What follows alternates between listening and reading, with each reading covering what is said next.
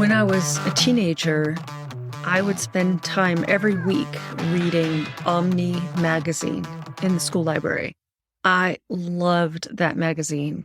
It was always talking about new technologies and also had very imaginative stories in it. That definitely was one of my early influences.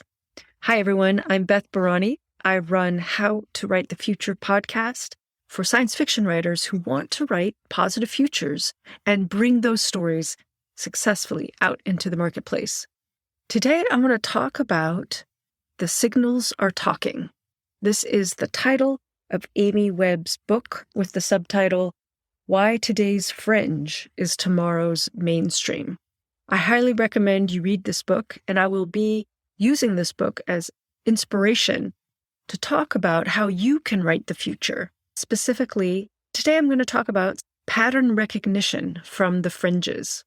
If you are trying to determine the future of a particular aspect of your story world, but you don't know what it needs to be for your story, and it's pretty wide open, you've made some assumptions maybe about your story. I'm going to use my story as an example. I decided to have a space elevator and have that go up to a space station.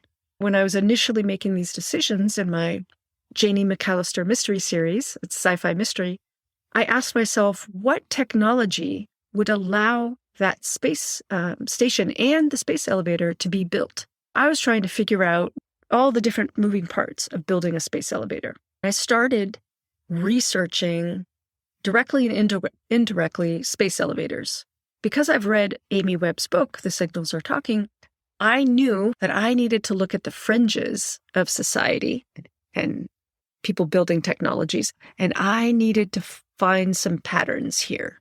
Amy's book really helped me pay attention to what's happening in scientific laboratories. I decided if I'm building a world that has advanced technology 100 years in the future, I needed to understand what technologies were being built today so I could speculate out what they could be in 100 years.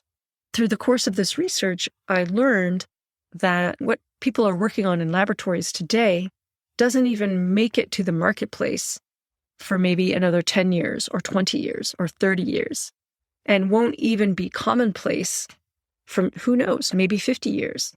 So if something is just being discovered today, I could totally make it be a commonplace reality in my story set 100 years from now. This was the premise I was working on as I was doing my research. I wanted to find out what are the signals today so that I could find some patterns that I, as a creative writer, could put into my story world. Now it's your turn. What are you trying to determine the future about? Is it a specific kind of technology, a cultural behavioral pattern, a system of running companies, a way of feeding people, language evolution?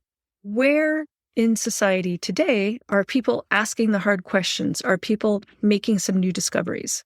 What's interesting is mainstream media does not report on these new discoveries. So think about the scientists or radical thinkers or artists who are playing in this space. Go pay attention to them.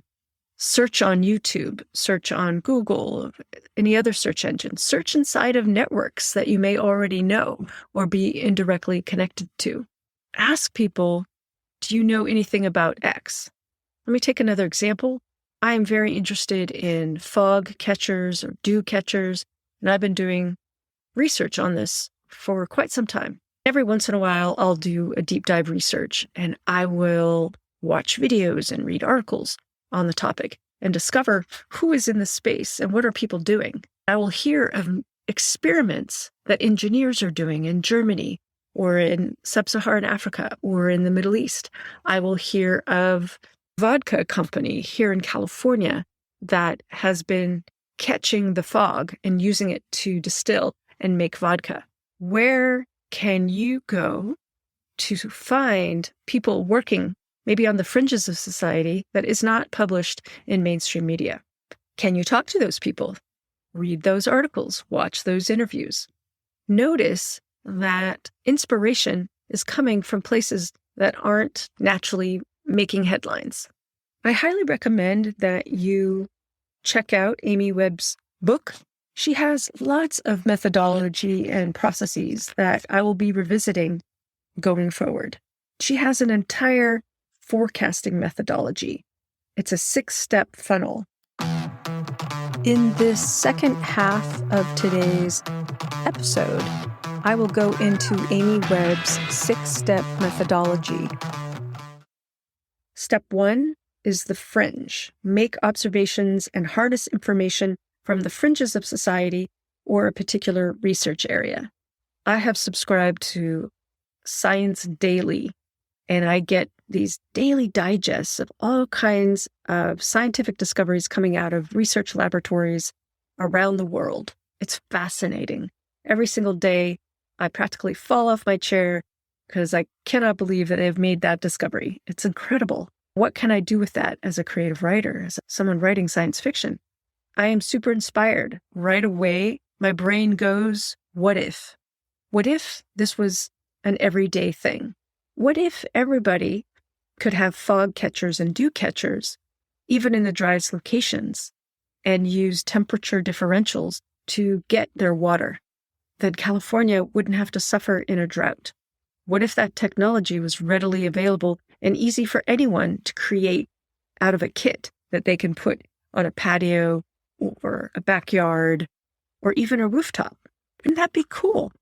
So I have that in my imagination, and I'm looking for a place to put it in my stories. Step 2 in this forecasting methodology that Amy Webb puts forth, she calls cipher. Uncover hidden patterns by categorizing information from the fringe. Contradictions, inflections, practices, hacks, extremes, rarities. We'll notice another big theme in my stories is what they call biohacking. In my story, it's pretty normalized that people might have brain-computer interfaces. And in fact, my main character has an ocular implant in her eye due to an accident when she was a teenager. Many teens in her location, I've decided, had pretty mundane implants that would allow them to have more senses in a certain area. In her case, she has a visual acuity unlike most people. I spent a lot of time thinking about this, researching about the current technology on brain-computer interfaces, as well as how the eye actually works and what her implant can do and cannot do. So if you're working on any area of augmentation, for example, biohacking, pay attention to what people are doing today. It's quite amazing. I spent time researching this, hearing what people were doing, finding some companies that sell interesting body implants that allow people, for example, to know north, south, east, and west. That's a real thing that exists today. Watching what people are doing on the fringes allows our imagination to expand upon that. Step 3, ask the right questions. Ask the right questions to determine whether a pattern is really a trend. In her book, The Signals Are Talking, she goes into discussing what those questions are. Step 4, calculate the ETA, estimated time of arrival. This is for people who are trying to do some near-term forecasting in terms of implementing things in their organization. So she says, ensure that the timing is right for the trend and for your organization, because companies want to be right on time. They don't want to be too early or too late. They have their own mandates to worry about. Now, us as science fiction writers, I use this because I'm setting a story 100 years out. I am trying to find out what could be, not necessarily what is today. If you're writing a story that is much further out, you have a lot more leeway. Her step 5 in her 6-step funnel is to write scenarios. And this is where we come in as science fiction writers. Scenarios inform the strategy you will create to take the necessary action on a trend. If you're working with an organization and you want to write scenarios for them, this is going to be really important to their current decision-making. But as science fiction writers, we could take this step and use it to play with positive futures, what-if scenarios. If we want to create a world in which fog catchers and dew catchers are normal, well, let's write a story like that and help people envision what it would be like to be able to capture their own water and create water regeneration cycles and how every household could have one. What might that look like? And then that has real world implications today. People today might start asking, well, yeah, how come we don't have that? I could put into the story the systemic changes that would have to happen for everyone to be able to have a fog catcher. Step 6 of her 6-step funnel, pressure test the future. Are your scenarios comprehensive enough? Is your level of confidence justified? Is the strategy you're taking the right one for the future? And again, this is for companies and organizations who are thinking about implementation. For us, we could maybe write the scenario that we want, the positive future, everyone can catch their own water. And then I would also probably write a story in which how it came about that everyone was able to catch their own water in California. That's what this step makes me think about.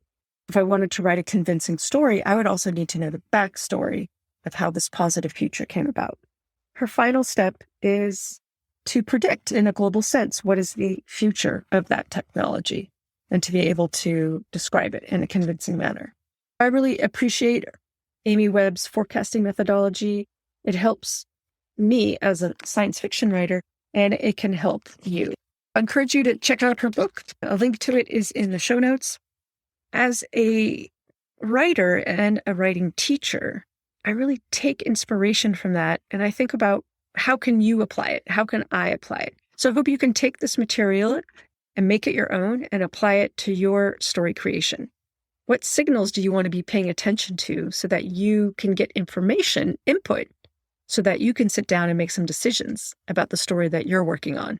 If you want to stay in touch, follow me on LinkedIn and Twitter at Beth Barany, or you can write me, Beth at bethbarany.com. Well, that's all for this week, everyone. Write long and prosper.